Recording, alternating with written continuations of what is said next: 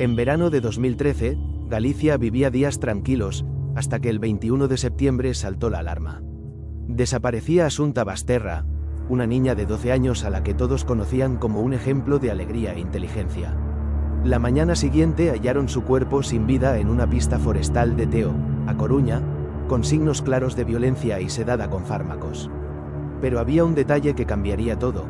Los principales sospechosos terminarían siendo los propios padres adoptivos, Rosario Porto y Alfonso Basterra. Este caso, conocido como Operación Nenúfar, destapó un crimen atroz lleno de contradicciones que nadie vio venir. Rosario Porto Ortega, 1969, Santiago de Compostela, provenía de una familia acomodada. Era hija de Francisco Porto, prestigioso abogado, y Socorro Ortega, catedrática de Historia del Arte. Destacó desde joven, estudiando Derecho en la Universidad de Santiago y trabajando en el bufete familiar donde su padre ejercía. En 1997 fue nombrada cónsul honoraria de Francia en Santiago de Compostela, cargo heredado de su progenitor, y fue condecorada por Francia por sus servicios diplomáticos. Más tarde, combinó su carrera legal con asesorías empresariales y cargos honoríficos, como miembro de la Junta del Ateneo de Santiago. Sin embargo, poco antes del crimen cerró su propio despacho de abogados para dedicarse a gestiones privadas. Rosario sufrió de salud delicada. Padecía lupus eritematoso sistémico, enfermedad que le impidió quedar embarazada y motivó la adopción de Asunta. También tuvo episodios de depresión severa en los años previos al caso. Según sus allegados, tras la muerte de sus padres, 2011-2012, su estado anímico se desplomó. Esta combinación de salud frágil y presiones personales marcó su personalidad. Amigos la describían como inteligente pero voluble, carente de experiencias maternales propias, con una dependencia emocional hacia su entorno. En apariencia era una mujer moderna y cosmopolita, pero su vida privada ocultaba inquietantes sombras. Alfonso Basterra Camporro, 1964, Bilbao, se graduó en periodismo por la Universidad del País Vasco. Con unos 30 años se trasladó a Santiago de Compostela y trabajó como periodista económico en El Correo Gallego y en gabinetes de prensa municipales, P.E.J. Padrón. Con el tiempo se especializó en información de turismo, colaborando con medios como Expansión y la cadena COPE. En octubre de 1996 contrajo matrimonio con Rosario Porto, integrándose a su familia de estatus alto. Poco después de casarse, abandonó su trabajo estable y vivieron de los recursos de Rosario, disfrutando de una vida económicamente holgada. La relación fue compleja. Alfonso, reservado y metódico, pasó a depender de los medios de su esposa. Aunque amigos decía que se mostraban felices, ambos guardaban frustraciones. Tras la muerte de los abuelos de Rosario en 2011, primero la madre en diciembre, luego el padre en julio de 2012, la pareja experimentó fuertes tensiones. Rosario cayó en depresión y la convivencia cambió drásticamente. Finalmente se separaron legalmente en febrero de 2013. Alfonso quedó viviendo en un pequeño piso con pocos muebles y apenas ayuda de una tía. Cuando Rosario enfermó de lupus y quedó incapacitada a mediados de 2013, Alfonso se convirtió en su único sostén económico. Esa dependencia mutua parece haber sido el caldo de cultivo donde surgió el plan criminal. Según la sentencia, fue en ese momento cuando ambos decidieron acabar con Asunta. La llegada de Asunta transformó esa familia. Nacida en China, nombre original Yongfang, la niña fue adoptada por Rosario y Alfonso con 1 año de edad. Eran 2002 cuando la pareja viajó a China para lograr la adopción, un proceso largo y emotivo que luego relataron en un reportaje televisivo local mostrando su felicidad por recibir a Asunta. Asunta fue la primera niña china adoptada en Galicia, lo que generó cierto interés mediático inicial.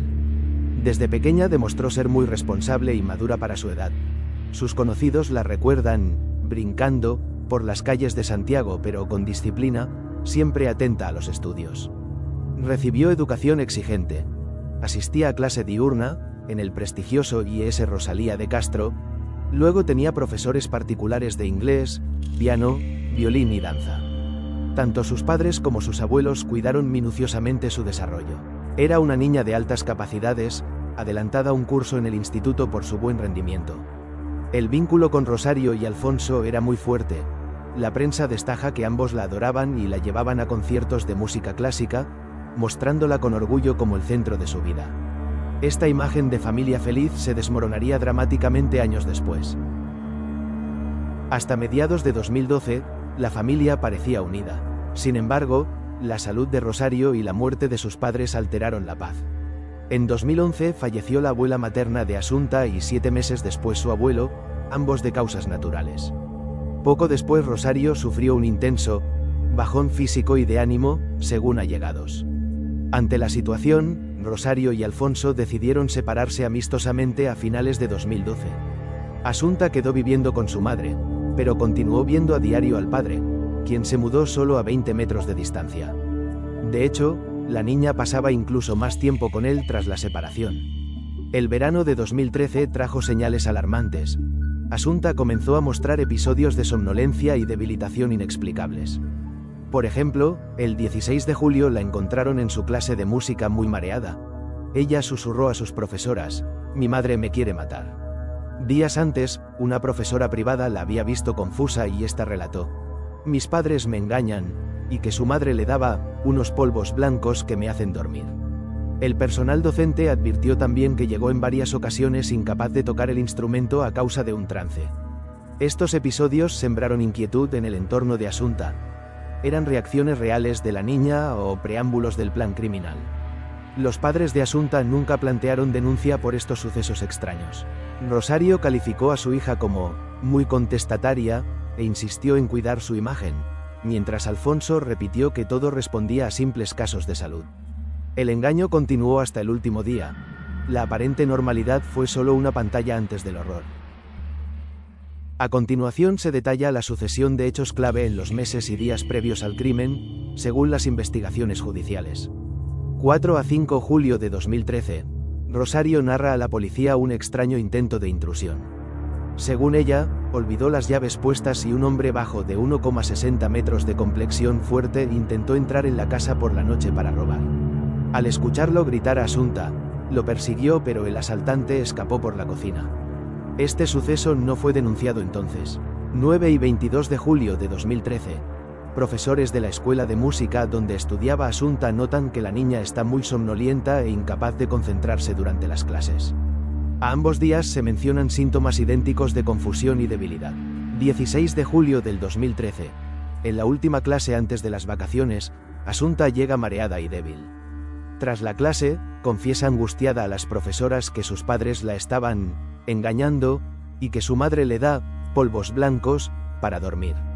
Este mismo día en una clase afirmó alarmada: "Mi madre me quiere matar". Las docentes alertan a Alfonso de lo que la niña está diciendo. 21 de septiembre del 2013, día del crimen, Asunta pasa la mañana con ambos padres.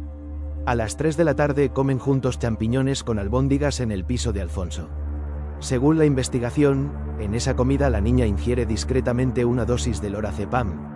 Las peritos calcularon que fue al menos 27 pastillas de orfidal de 1 miligramo. A media tarde, cámaras de seguridad la captan caminando junto a su madre rumbo a la cochera familiar.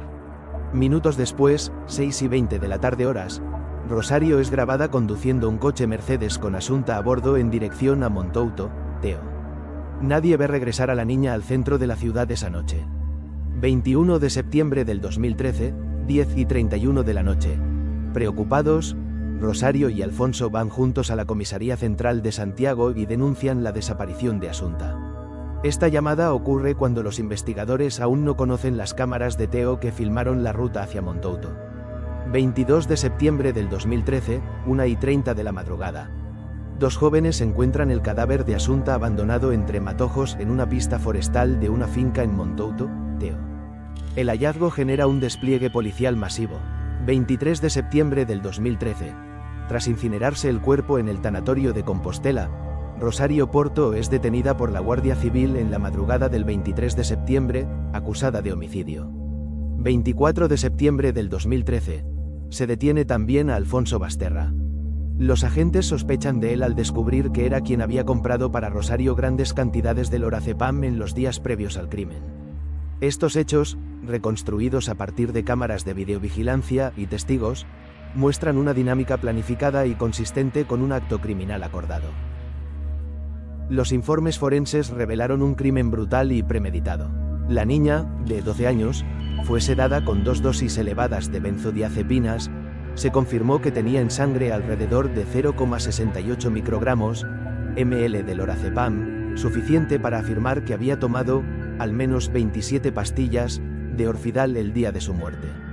En su estómago hallaron restos de un revuelto de champiñones con lorazepam no digerido. Es decir, además de la dosis final en la comida, en sus cabellos apareció lorazepam administrado regularmente durante los meses previos. La autopsia concluyó que Asunta murió por asfixia de causa homicida. No presentaba lesiones craneales mortales, pero sí marcas compatibles con haber estado atada. Observaron varios hematomas y rozaduras en brazos, piernas y espalda, como si hubiera sido inmovilizada. Según los forenses, la niña no pudo resistirse debido a la cantidad de ansiolíticos hallados en su organismo. La causa de la muerte fue una sofocación con un objeto blando, PEJ. Una almohada, lo que provocó sangrado nasal debido a la presión. En resumen, Asunta fue sedada deliberadamente hasta un estado semicomatoso y luego asfixiada. Nada apuntaba a un accidente ni a un tercero ajeno a la familia. La investigación determinó que los padres le habían suministrado lorazepam en forma creciente desde al menos 3 meses antes del asesinato, en un plan premeditado para matar a su propia hija. De hecho, la sentencia del caso afirma: los acusados suministraron repetidamente, desde al menos 3 meses antes del fallecimiento, a su hija un medicamento que contenía lorazepam. Alfonso retiró al menos 125 comprimidos de Orfidal en 3 ocasiones durante ese periodo, como parte de la preparación del crimen. En la tarde del 21 de septiembre, tras la intoxicación, Rosario ejecutó la asfixia para continuar con la ejecución del plan preconcebido. La Guardia Civil avanzó rápidamente tras hallar el cadáver. Desde el comienzo sospecharon del entorno familiar. La forma y lugar en que apareció el cuerpo, una finca propiedad de Rosario, llamaba la atención. En una casa de campo de su propiedad hallaron cuerdas idénticas a las utilizadas para atar a Asunta. Al interrogar a Rosario surgieron varias incoherencias. Ella dijo haber dejado a la niña en casa a las 7 de la tarde y volver 2 horas más tarde para encontrarla desaparecida, pero las cámaras demostraron que estuvo con Asunta mucho antes de lo relatado. De hecho, en el juicio se comprobó que Rosario había llevado a Asunta a la finca y luego había regresado sola, cambiando su versión al saberse observada en vídeo. También comprobaron los registros de llamadas. Se descubrió que fue Alfonso quien compró las grandes cantidades de lorazepam a nombre de Rosario. Esto reforzó la sospecha de que ambos estaban involucrados. El hallazgo del Plan Nenúfar implicaba a la pareja completa. A partir de la madrugada del 22 de septiembre, los investigadores se centraron en ellos.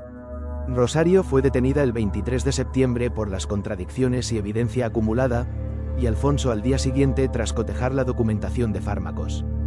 Durante la investigación inicial se intervino la vivienda, se incautaron informes médicos, Rosario tenía historial de lupus, y se procedió a grabar ilegalmente las conversaciones de los padres en dependencias policiales, hecho que luego sería declarado nulo. Los agentes interrogaron a todos los testigos, desde vecinos y allegados que asistieron al velatorio hasta profesores de Asunta. Muchas pistas apuntaban hacia los padres. Por ejemplo, la propia pequeña les había mencionado la existencia de esos polvos blancos. Sin embargo, la principal prueba fue la toxicológica y la evidencia forense acumulada. No quedaron pruebas que inculparan a un tercero. Las declaraciones en el juicio ayudaron a reconstruir el caso. Las profesoras de música testificaron sobre los episodios de mareos y las palabras de Asunta meses antes. El día del crimen, varios testigos vieron a Rosario conduciendo con Asunta a bordo rumbo a la finca de Teo. Al interrogarlo en comisaría tras la detención, Alfonso Basterra negó moverse de su piso la tarde del 21 de septiembre, hasta que se verificó lo contrario. Ambos padres se declararon inocentes al principio, pero fueron cambiando de versión ante las pruebas. Posteriormente surgieron comunicaciones privadas. Se conocieron cartas que se intercambiaron Rosario y Alfonso en prisión preventiva mientras esperaban el veredicto. En una, Rosario confesó abatida: «Me siento terriblemente culpable de todas mis lamentaciones», lamentando haberse quejado de su hija y mostrando compasión hacia su exmarido. Incluso decía que no creía merecer el tremendo castigo que les había caído. Por su parte, Alfonso escribió proclamando su inocencia: Mi verdad y mi inocencia me sacarán más tarde o más temprano de prisión, lo mismo que a ti, e insinuó planes lúgubres para cuando recuperara la libertad. Estas misivas muestran el deterioro psicológico de ambos durante la prisión preventiva. A pesar de los medios sensacionalistas, en el juicio no hubo datos nuevos sobre un móvil concreto. Se especuló que Asunta era una carga económica, al heredar la fortuna de los abuelos, pero la Guardia Civil descartó este argumento. Rosario era la única heredera universal de sus padres y no había donaciones previas. Tampoco hubo vínculo sexual con el supuesto hombre del semen filtrado. Aquel joven detenido por violación resultó estar cenando en Madrid la noche anterior. Los medios difunden rumores, como diálogos inventados en las celdas, pero la causa penal se basó en los hechos probados antes descritos. Los expertos en criminología han señalado que Rosario y Alfonso presentaban rasgos muy diferentes. Rosario, con su historial de lupus y depresión, vivía ansiosa y frágil, lo que pudo limitar su capacidad de resistirse a presiones externas. Algunos analistas describen un perfil dependiente en ella, empujada por su entorno y carente de autonomía emocional. Alfonso, en cambio, era visto como meticuloso y firme, aportando seguridad en la pareja, según consta en el sumario. El juez instructor sugirió que Rosario actuó más como ejecutora, aquella que asfixió físicamente a Asunta, mientras que Alfonso tenía un papel más cerebral en la planificación. Tanto psiquiatras como peritos forenses coincidieron en que ni Rosario ni Alfonso mostraron enfermedades mentales exoneratorias durante el juicio. De hecho, la propia defensa médica de Rosario aclaró que sus depresiones, aunque graves, no la hacían peligrosa para otros. Ninguno de los dos fue sindicado como psicópata, simplemente, según la acusación, ambos aceptaron voluntariamente ser cómplices del crimen. El plan, cuidadosamente trazado, indica perfiles de personas calculadoras, desde compras de fármacos en fechas puntuales hasta la cobertura de coartadas improvisadas, como el falso intento de robo. Los tribunales concluyeron que fue un crimen imposible sin la participación de ambos imputados. La sociedad quedó horrorizada. En Santiago y en toda España circulaban imágenes de la familia feliz de Asunta, por lo que el giro fue demoledor. Un camarógrafo que en 2013 entrevistó a la pareja recordó que para él eran una familia ejemplar y modelo. Otros vecinos y conocidos solo habían visto a Rosario y Alfonso como padres dedicados. La detención de Rosario en el tanatorio conmocionó incluso a los presentes. Muchos asistentes al funeral se marcharon sin saber que ella era llevada a la comandancia. Los medios abrían portadas con titulares sobre la abogada brillante y el periodista educado, repitiendo sin verificación falsas frases de sus conversaciones privadas, lo cual generó debate sobre ética informativa. En el colegio y vecindario aún se recuerda a Asunta como una niña risueña. La noticia de que sus propios padres la habían matado fue recibida con incredulidad y dolor. Las redes sociales ardieron con mensajes de condena, y colectivos de padres discutieron sobre la vigilancia escolar y la adopción. El caso inspiró documentales y debates públicos en Galicia. ¿Qué señales familiares fuimos incapaces de leer? El rostro de Rosario y Alfonso pasó de sonriente a marcado por la sospecha. La historia de Asunta sirvió como advertencia sobre la vulnerabilidad infantil. Incluso aquellos que aparentan ser padres ejemplares pueden esconder secretos mortales. El juicio por el asesinato de Asunta se celebró a finales de 2015 en la Audiencia Provincial de A Coruña. Asistieron 84 testigos y 60 peritos que sometieron a los padres adoptivos a un intenso interrogatorio. El fiscal solicitó 18 años de prisión para cada uno, con agravantes de parentesco y abuso de autoridad. La acusación popular, organizada por el Ayuntamiento de Santiago, pidió hasta 20 años. Después de 10 semanas de sesiones, el jurado popular declaró por unanimidad a Rosario Porto y a Alfonso Basterra culpables del asesinato de su hija. La sentencia emitida en noviembre de 2015 condenó a cada uno a 18 años de cárcel por asesinato con agravante de parentesco. Los jueces concluyeron que la muerte de Asunta fue violenta y consentida en el plan común de ambos. Se determinó que Rosario había sido quien asfixió físicamente a la niña, pero que solo lo hizo en ejecución del plan preconcebido que habían acordado con Alfonso. Alfonso recibió la misma pena pese a que más tarde un tribunal superior matizó que él no acompañó en el coche a la niña, según nuevas pruebas, pero conservó la condena por ser coautor intelectual. El fallo incluyó además una indemnización conjunta de 300.000 euros a los abuelos paternos de Asunta por el daño moral causado. En 2016, el Tribunal Superior de Justicia de Galicia ratificó el veredicto, y el Tribunal Supremo desestimó definitivamente los recursos de defensa en octubre de ese año. Los acusados habían agotado las instancias judiciales. El caso quedó cerrado con las penas impuestas. Durante todo el proceso, la motivación del crimen siguió siendo un misterio sin resolver. La falta de un móvil claro alimentó especulaciones, pero los tribunales concluyeron que se trató de un plan premeditado, cuya razón última queda en duda. Rosario Porto fue trasladada a la prisión de Brieva, Ávila, para cumplir condena. Se informó que allí cayó en una profunda depresión y amenazó con suicidarse en varias ocasiones. El 18 de noviembre de 2020, a los 51 años, Rosario fue encontrada ahorcada en su celda, víctima de un suicidio confirmado por la autopsia. Había intentado quitarse la vida en al menos 2 ocasiones antes. Su muerte cerró trágicamente su participación en el caso sin revelar nunca una versión distinta de los hechos. Alfonso Basterra sigue encarcelado. Según estimaciones periodísticas basadas en su condena, saldría de prisión entre 2033 y 2035, posiblemente antes si obtiene tercer grado o libertad condicional tras cumplir 3/4 de la pena. Hasta hoy, Alfonso no ha confesado ni aceptado responsabilidad en el crimen. No ha disfrutado de permisos de salida ni hechos públicos que sugieran un cambio de actitud. Se anticipa que deberá cumplir prácticamente toda su pena. Tras la sentencia, la vida de la familia Basterra Porto quedó irreparablemente rota. Los abuelos de Asunta y otros parientes sufrieron el escándalo y dedicaron los años siguientes a distanciarse y rehacer sus vidas. La adopción de Asunta, que al principio se presentó con orgullo, terminó en tragedia. Mientras tanto, el caso sigue vivo en la memoria de Galicia. Se ha analizado en documentales, libros de crimen real y ahora en la serie de Netflix El caso Asunta, aunque sus protagonistas humanos ya no pueden dar versiones adicionales. Este desgarrador relato nos deja con muchas preguntas y reflexiones dolorosas. Asunta era una niña que merecía amor y protección, y sin embargo encontró la muerte en manos de sus cuidadores. Lo que nadie esperaba era el monstruo que surgiría de una familia hasta entonces normal a los ojos de todos. Su historia nos recuerda la fragilidad de la inocencia y lo imprescindible que es escuchar a los niños cuando piden ayuda. En honor a Asunta y en memoria de su breve vida, debemos mantener viva la exigencia de justicia y vigilancia. Que este relato, basado en hechos reales, sirva de advertencia. Ningún detalle se debe pasar por alto si hay vidas en juego. Si te impactó esta historia y quieres seguir con nosotros en la búsqueda de la verdad, dale me gusta al vídeo, suscríbete al canal y activa la campanita de las notificaciones.